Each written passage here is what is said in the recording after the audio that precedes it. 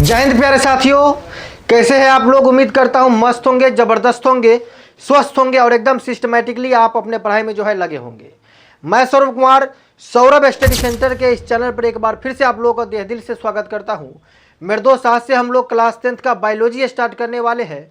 वो भी आज हम चैप्टर 1 के बारे में बात करेंगे, जिसका नाम है जैव प्रक्रम, जिसको अंग्रेजी में कहते हैं लैब प्रोसेस। मेरे दोस्त, एकदम डिटेल में बायोलॉजी के बारे में सबसे पहले जानेंगे, उसके बाद हम चैप्टर पर जाएंगे। तो बिना किसी देरी के चलिए आज की क्लास को जो है एकदम जीरो से लेकर के एडवांस लेवल तक आपको बताया जाएगा आज की क्लास में। तो पूरे फोकस के साथ मोबाइल को ऐसे हॉरिजॉन्टल में मोड में रख लीजिए, ताकि आपको वीडियो क्वालिटी कंटेंट में किसी प्रकार का कोई दिक्कत ना हो। अगर आप चैनल को सब्सक्राइब नहीं किए हैं तो चैनल को अवश्य सब्सक्राइब कर लीजिए, ताकि किसी प्रकार का वीडियो सबसे पहले आप तक जो है पहुँचे। तो चलिए आज की क्लास को बिना किसी देरी के शुरू करते हैं। तो प्यारे साथियों, सबसे पहले थोड़ा बहुत जो है साइंस के बारे में जानकारी ले लेते हैं। इससे पहले जो हम फिजिक्स का पहला चैप्टर शुरू किए थे, उसमें आपको साइंस के बारे में हम बताए थे कि साइंस को जो है अध्ययन में सुविधा के लिए 3 ब्रांच में बांटा गया है। पहला होता है प्यारे साथियों फिजिक्स, दूसरा होता है केमिस्ट्री। केमिस्ट्री का एक भी चैप्टर अभी तक हम लोग पढ़े नहीं हैं। और तीसरा होता है प्यारे साथियों बायोलॉजी। तीसरा क्या होता है तो बायोलॉजी होता है। ऑफलाइन में प्यारे साथियों पहला, दूसरा, तीसरा तीनों चैप्टर हो गया है। फिजिक्स का भी पहला हो गया, केमिस्ट्री का भी पहला हो गया और यहाँ पर बायोलॉजी का भी पहला हो गया है। तो ऑनलाइन में चलिए एक एक करके जो है सब कुछ को पढ़ते हैं। अगर आप ऑफलाइन में पढ़ चुके हैं हमसे तो आपका रिवीजन हो जाएगा यहाँ पर। बाद बाकी जो न्यू स्टूडेंट है जो सिर्फ ऑनलाइन के माध्यम से हमसे पढ़ते हैं, तो उसके बारे में यह चैप्टर जो है एकदम न्यू होने वाला है। तो साइंस को जो है 3 ब्रांच में बांटा गया, फिजिक्स, केमिस्ट्री और बायोलॉजी। फिजिक्स के बारे में हम इससे पहले आपको बता दिए हैं। केमिस्ट्री के बारे में जब केमिस्ट्री शुरुआत करेंगे वहाँ पर आपको बताया जाएगा। आज हम लोग पढ़ने वाले हैं बायोलॉजी के बारे में। क्या पढ़ने वाले हैं प्यारे साथियों, तो बायोलॉजी के बारे में पढ़ेंगे, यानी कि जीव विज्ञान के बारे में। तो सबसे पहले जो है थोड़ा बहुत हम लोग बायोलॉजी के बारे में जान लेते हैं, तब जाकर के हम लोग चैप्टर स्टार्ट करेंगे जैव प्रक्रम। तो हेडिंग में लगा लीजिए इंट्रोडक्शन ऑफ बायोलॉजी, यानी कि बायोलॉजी के बारे में थोड़ा बहुत आपको जानना है। हेडिंग में लगाइए इंट्रोडक्शन ऑफ बायोलॉजी। सबसे पहले हेडिंग में आप लगा लीजिए इंट्रोडक्शन। इस तरह से आपको हेडिंग में लगाना introduction, introduction of biology, introduction of biology. तनिक जो है बायोलॉजी के बारे में जान लेते हैं, उसके बाद जो है हम लोग चैप्टर स्टार्ट करेंगे। पहले बायोलॉजी के बारे में, हम बायोलॉजी पढ़ रहे हैं तो थोड़ा बहुत बायोलॉजी के बारे में जानकारी होना चाहिए। अब देखिए इधर, बायोलॉजी को हिंदी में क्या कहते हैं तो जीव विज्ञान। आखिरकार जीव विज्ञान कहते किसको है, जिसको अंग्रेजी में कहेंगे प्यारे साथियों तो बायोलॉजी, बायोलॉजी। इसको शुद्ध उच्चारण में हम बायोलॉजी कह सकते हैं, यानी कि बायोलॉजी क्या होता है।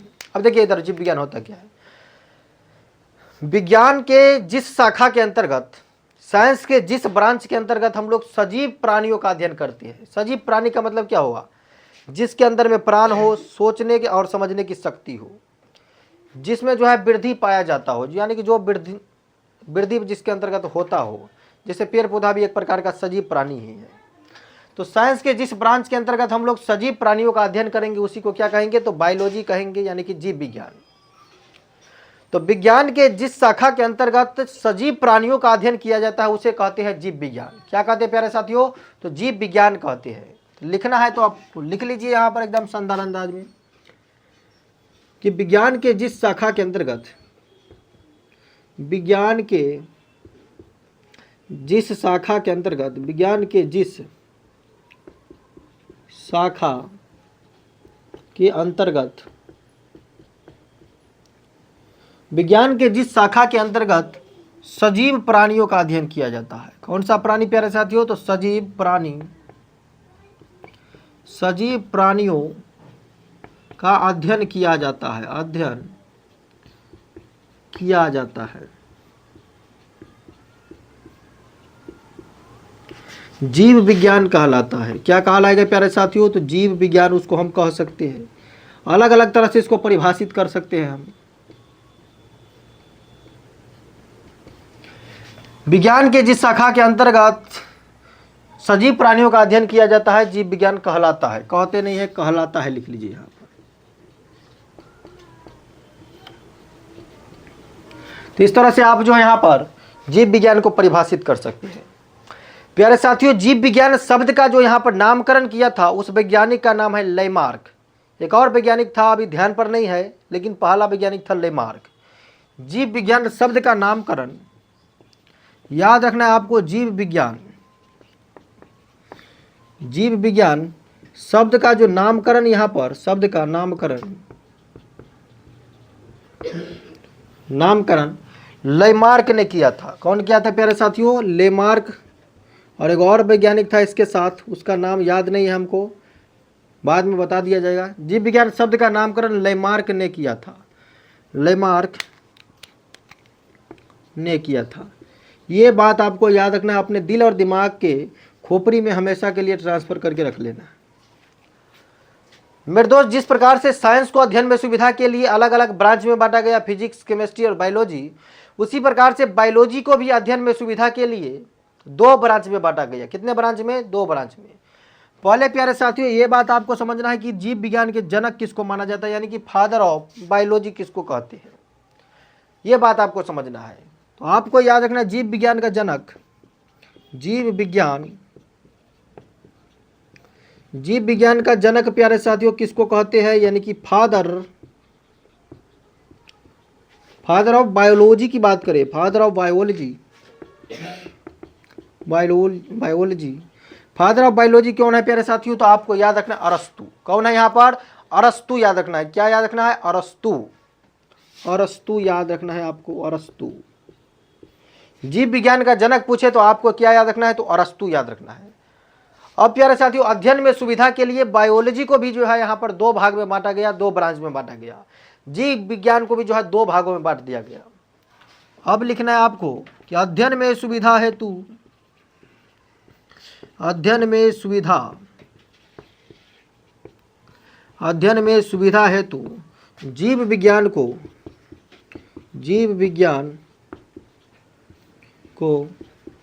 2 भागों में बांटा गया। कितने भागों में? तो 2 भागों में बांटा गया है। अध्ययन में सुविधा के लिए जीव विज्ञान को भी कितने भागों में बांट दिया गया प्यारे साथियों? तो 2 भागों में। अब कौन सा भाग है? तो समझिए इधर, जीव विज्ञान को भी 2 भाग में बांट दिया गया। जीव विज्ञान यानी कि बायोलॉजी को जो है यहाँ पर 2 भागों में बांट दिया गया अध्ययन में सुविधा के लिए। पहला जो होता है मेरे प्यारे साथियों, पहला जो यहाँ पर है वनस्पति विज्ञान, जिसको अंग्रेजी में कहते हैं बॉटनी। अंग्रेजी में क्या कहेंगे इसको? तो बॉटनी कहेंगे। और दूसरा प्यारे साथियों होता है यहाँ पर जंतु विज्ञान। दूसरा क्या होगा? दूसरा होता है जंतु विज्ञान, जिसको अंग्रेजी में हम लोग कहते हैं जूलॉजी, यानी कि बॉटनी और साथ में क्या है? तो यहाँ पर जूलॉजी है। तो जीव विज्ञान को भी 2 भागों में बांटा गया अध्ययन में सुविधा के लिए। पहला है यहाँ पर बॉटनी, दूसरा क्या है यहाँ पर? तो जूलॉजी, यानी कि बॉटनी और जूलॉजी। अब देखिए इधर, वनस्पति विज्ञान क्या होगा और जंतु विज्ञान क्या होगा? जीव विज्ञान के जिस शाखा के अंतर्गत हम लोग जो है यहाँ पर पेड़ पौधों का अध्ययन करेंगे, किसका अध्ययन करेंगे? पेड़ पौधों का अध्ययन करेंगे, उसको कहेंगे वनस्पति विज्ञान। और जीव विज्ञान के जिस शाखा के अंतर्गत हम लोग जो है जीव जंतुओं का अध्ययन करेंगे, उसको कहेंगे जंतु विज्ञान। आपको याद रखना है कि यहाँ पर वनस्पति विज्ञान का जो जनक माना जाता है वह थियोफ्रेस्टस को। किसको? तो थियोफ्रेस्टस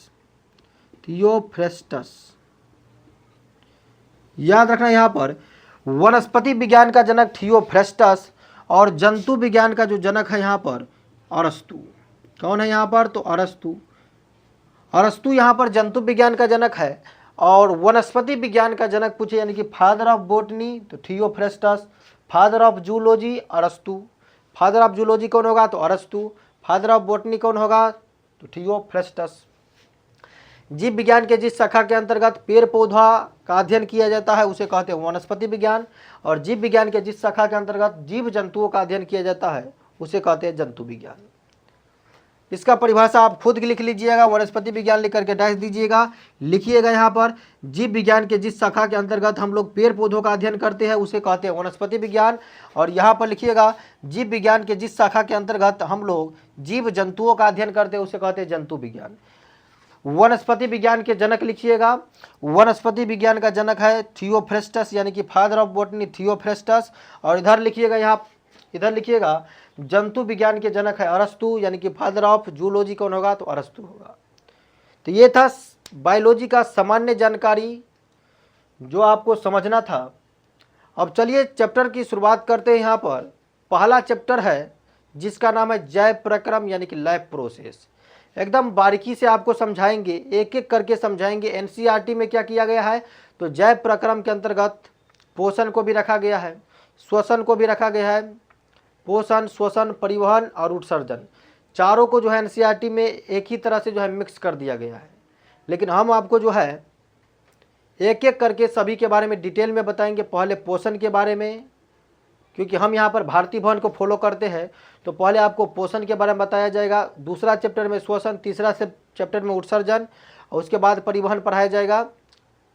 यानी कि अलग अलग ब्रांच में हम बांट करके आपको पढ़ाएंगे। पहले इसका स्क्रीनशॉट ले लीजिए आप।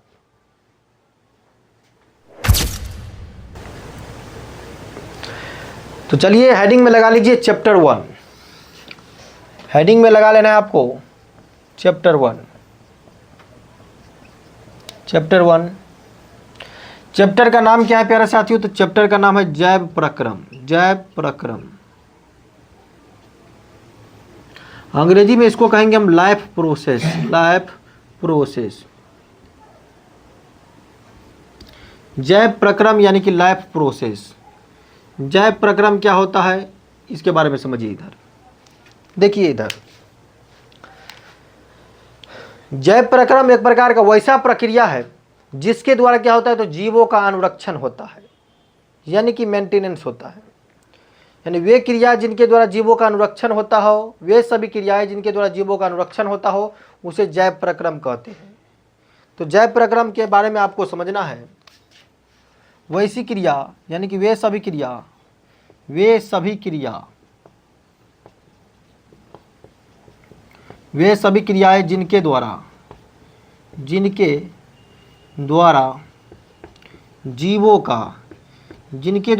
का अनुरक्षण होता हो, जीवों का अनुरक्षण, वे सभी क्रिया जिनके द्वारा जीवों का अनुरक्षण होता हो उसे जैव प्रक्रम कहते हैं। उसे क्या कहते हैं प्यारे साथियों, तो उसे जैव प्रक्रम कहते हैं। ये बात आपको समझना है। यानी कि वे सारी क्रियाएं जिनके द्वारा जीवों का अनुरक्षण होता है उसको क्या कहिएगा, तो जैव प्रक्रम कहिएगा। जैव प्रक्रम मेरे प्यारे साथियों, जैव प्रक्रम के अंतर्गत हमको क्या क्या पढ़ना है, तो आपको याद रखना है यहाँ पर कि जैव प्रक्रम में यानी कि जिनके द्वारा जीवों का अनुरक्षण होता है, तो जैव प्रक्रम में हमको क्या क्या पढ़ना है, तो ये बात समझिए इधर। तो जैव प्रक्रम में हम लोगों को यहाँ पर सबसे पहले जो है यहाँ पर पोषण पढ़ना है। जब पोषण पढ़ लेंगे उसके बाद हमको क्या पढ़ना है, तो श्वसन पढ़ना है। श्वसन पढ़ लेंगे उसके बाद परिवहन पढ़ना है। और परिवहन के प्यारे साथियों उसके बाद जो है परिवहन के बाद पढ़ना है हम लोगों को उत्सर्जन के बारे में। देखिए इधर एनसीईआरटी में चारों को जो है एक ही चैप्टर में रखा गया है, जैव प्रक्रम के अंतर्गत ही। लेकिन हम इसको जो है बांट करके पढ़ेंगे। सबसे पहले पढ़ेंगे पोषण के बारे में, वनस्पति में भी पोषण पढ़ेंगे और जंतु में भी पोषण पढ़ेंगे। श्वसन के बारे में अलग से पढ़ेंगे, परिवहन के बारे में अलग से पढ़ेंगे और उत्सर्जन के बारे में अलग से पढ़ेंगे। तो चलिए हेडिंग में लगा लीजिए पोषण। आपको हेडिंग में लगा लेना है सबसे पहले पोषण। हेडिंग में लगा लीजिए पोषण। देखिए इधर पोषण क्या होता है। पोषण एक प्रकार का ऐसा प्रक्रिया होता है, पोषण जो है यहाँ पर वनस्पति में भी होता है, यानी कि जीव जंतु में भी होता है, वनस्पति में भी और साथ में जीव जंतु में भी होता है। पोषण एक प्रकार का ऐसा विधि होता है जिसके द्वारा जीव जो है पोषक तत्वों यानी कि भोजन को ग्रहण करके उनका उपयोग करते हैं, अपने दैनिक जीवन में उनका क्या करते हैं, उपयोग। जैसे मान लीजिए कि हम भोजन कर लिए, बिना भोजन किए हुए हम आपको पढ़ा नहीं सकते थे। भोजन करने के बाद हम आपको पढ़ा रहे हैं, यानी कि अपना कार्य कर रहे हैं। यानी वह विधि जिसके द्वारा जीव जो है पोषक तत्वों को ग्रहण करके उनका उपयोग करते हैं। हम जो भी पोषक तत्व यहाँ पर खाएंगे उनके बाद उनसे जो हमको एनर्जी मिलेगा उसके सहायता से हम आपको जो है पढ़ा पा रहे हैं। तो यह भी एक प्रकार का पोषण का ही परिभाषा हो गया। यानी वह विधि जिसके द्वारा जीव जो है पोषक तत्वों को ग्रहण कर उनका उपयोग करते हैं उसी को क्या कहिएगा प्यारे साथियों? तो यहाँ पर पोषण कहिएगा। लिख लीजिए यहाँ पर पोषण। तो पोषण के बारे में लिखेंगे वह विधि जिसके द्वारा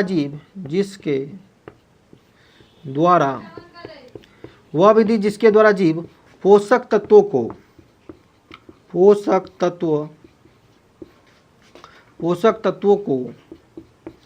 ग्रहण कर उनका वह विधि जिसके द्वारा जीव पोषक तत्वों को ग्रहण कर उनका उपयोग करते हैं। उनका उपयोग करते हैं पोषण कहलाता है। क्या कहलाते हैं प्यारे साथियों? तो पोषण कहलाता है। और प्यारे साथियों एक और बात यहाँ पर याद रखना है आपको कि पोषण जो है दो प्रकार का होता है। कितने प्रकार का होगा? तो पोषण दो प्रकार के होते हैं। कितने प्रकार का? तो दो प्रकार का। देखिए इधर याद रखना है पोषण दो प्रकार के होते हैं।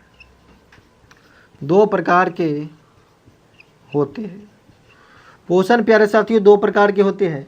पहला जो होता है जिसको कहते हैं हम लोग स्वपोषण, पहला होता है स्वपोषण। और दूसरा जो होता है प्यारे साथियों उसको कहते हैं परपोषण। स्वपोषण और साथ में क्या होगा? तो परपोषण। अब स्वपोषण क्या होता है और परपोषण क्या होता है इसको भी समझिए। देखिए स्वपोषण किसको कहिएगा? स्वपोषण पोषण की वैसी विधि होती है जिसमें जीव जो है अपना भोजन स्वयं संश्लेषित करता है। यानी भोजन के लिए किसी दूसरे प्राणी पर निर्भर नहीं रहेगा, दूसरे जीवों पर निर्भर नहीं रहेगा, दूसरे चीज़ों पर निर्भर नहीं रहेगा, अपना भोजन स्वयं वो संश्लेषित करेगा, तब उसको कहिएगा स्वपोषण। क्या कहिएगा प्यारा साथियों? तो उसको कहिएगा स्वपोषण। और दूसरा देखिए इधर परपोषण किसको कहेंगे? पोषण की वैसी विधि जिसमें जीव जो है भोजन के लिए यानी कि पोषण के लिए किसी दूसरे जीव पर निर्भर रहेगा। किस पर? तो किसी दूसरे जीवों पर। जैसे हम लोग जो है परपोषी जीव हो गए, भोजन के लिए जो है किसी दूसरे जीव पर निर्भर रहते हैं, जैसे पेड़ पौधा पर निर्भर रहते हैं। अगर पेड़ पौधा नहीं होगा तो हम लोग अपना भोजन कैसे बनाएंगे? यहाँ तक कि हमको ऑक्सीजन भी नहीं मिलेगा। तो किसी न अस्थायी या अस्थायी रूप से जो है हम किसी दूसरे जीव पर निर्भर है, दूसरे चीज़ों पर निर्भर है, तब उसको कहेंगे परपोषण। तो चलिए स्वपोषण और परपोषण को परिभाषित करते हैं। पहले आप जो इसका स्क्रीनशॉट ले लीजिए, हम नेक्स्ट स्लाइड में स्वपोषण और परपोषण को परिभाषित करते हैं। चलिए हेडिंग में लगाइए स्वपोषण। आपको हेडिंग में लगा लेना है स्वपोषण। आखिरकार स्वपोषण होता क्या है? देखिए इधर स्वपोषण किसको कहेंगे? पोषण की वैसी विधि जिसमें जीव अपना भोजन स्वयं संश्लेषित करता हो, यानी कि अपना भोजन स्वयं करता हो, तब उसको कहेंगे स्वपोषण। यहाँ पर लिखना है पोषण की वैसी विधि, पोषण की वैसी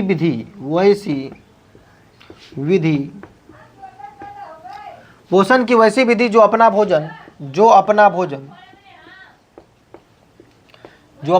स्वयं पोषण की वैसी विधि जो अपना भोजन स्वयं संश्लेषित करता हो। क्या करता हो प्यारे साथियों? तो संश्लेषित करता हो,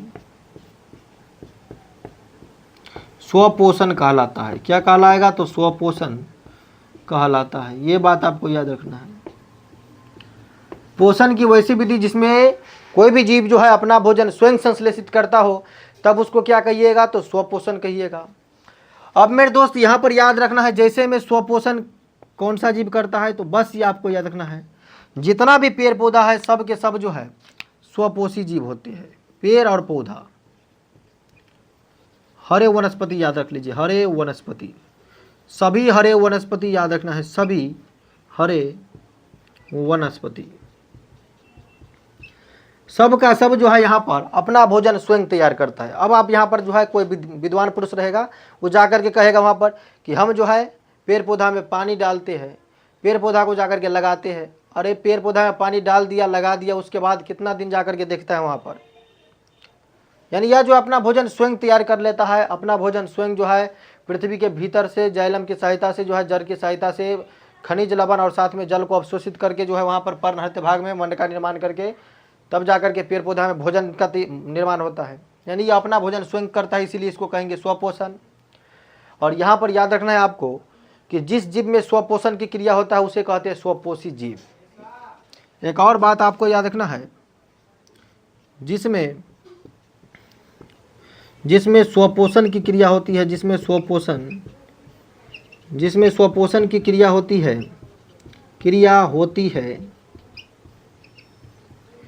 जिसमें स्वपोषण की क्रिया होती है उसे स्वपोषी जीव कहते हैं। उसे क्या कहते हैं, तो यहाँ पर लिखना है उसे स्वपोषी जीव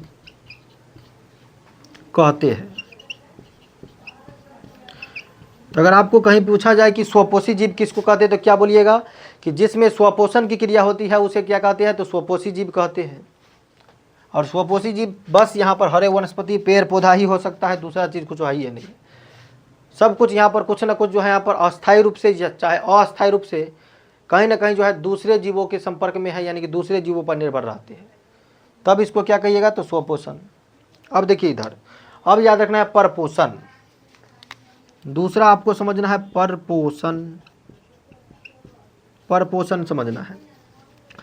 परपोषण के बारे में समझिए इधर। परपोषण क्या होता है, वैसा जीव यानी कि पोषण की वैसी विधि जिसमें जीव जो है किसी दूसरे जीव पर निर्भर रहते हैं। यानी पोषण की वैसी विधि जिसमें जीव अपना भोजन स्वयं संश्लेषित न कर किसी दूसरे जीव पर निर्भर रहते हैं, तब उसको कहते हैं परपोषण। ये बात आपको समझना है। यहाँ पर लिखना है पोषण की वैसी विधि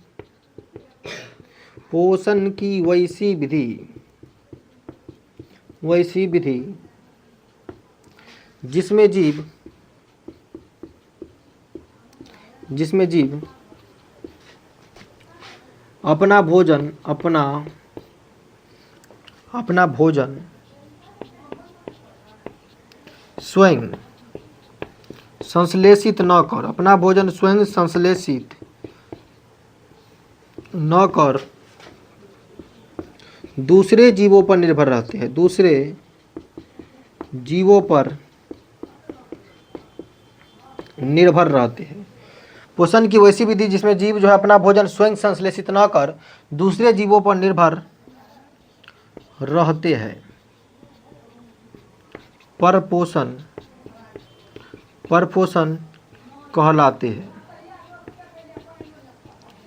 कहलाते हैं।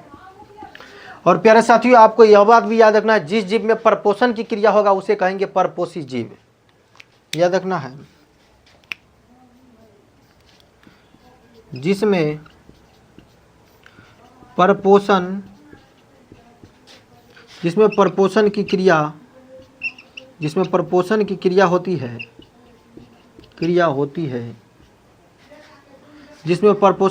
होती है उसे परपोषी जीव कहते हैं। क्या कहते हैं प्यारे साथियों, तो परपोषी जीव कहते हैं। जिसमें परपोषण की क्रिया होती है उसे क्या कहेंगे, तो परपोषी जीव कहते हैं। अब देखिए इधर, स्वपोषण का तो कोई भी प्रकार नहीं होता है, हरे वनस्पति जितना भी है सब का सब यहाँ पर स्वपोषी जीव है। लेकिन प्यारे साथियों, परपोषी जीव को जो है 3 भागों में बांटा गया है। कितने भागों में, तो परपोषी जीव को 3 भागों में बांटा गया है। तो अब आपको हेडिंग में लगाना है कि परपोषण के प्रकार, यानी कि परपोषी जीव के प्रकार। परपोषी जीव कितने प्रकार के, तो 3 प्रकार के। 3 प्रकार का क्या क्या होता है, तो सबसे पहला होता है मृतजीवी, उसके बाद होता है परजीवी और तीसरा होता है प्राणी संपोषी, उसी को कहते हैं प्राणी संभोजी। तो मृतजीवी, परजीवी और प्राणी संपोषी आखिरकार क्या होता है, नेक्स्ट स्लाइड में हम आपको बताएंगे। पहले इसका स्क्रीनशॉट ले लीजिए। तो मेरे दोस्त, अचानक लाइट कटने की समस्या के कारण आज की क्लास को जो है यहीं पर समाप्त किया जाता है। नेक्स्ट क्लास में इससे आगे जो भी टॉपिक दिया गया है उन सभी टॉपिक के बारे में चर्चा होगी।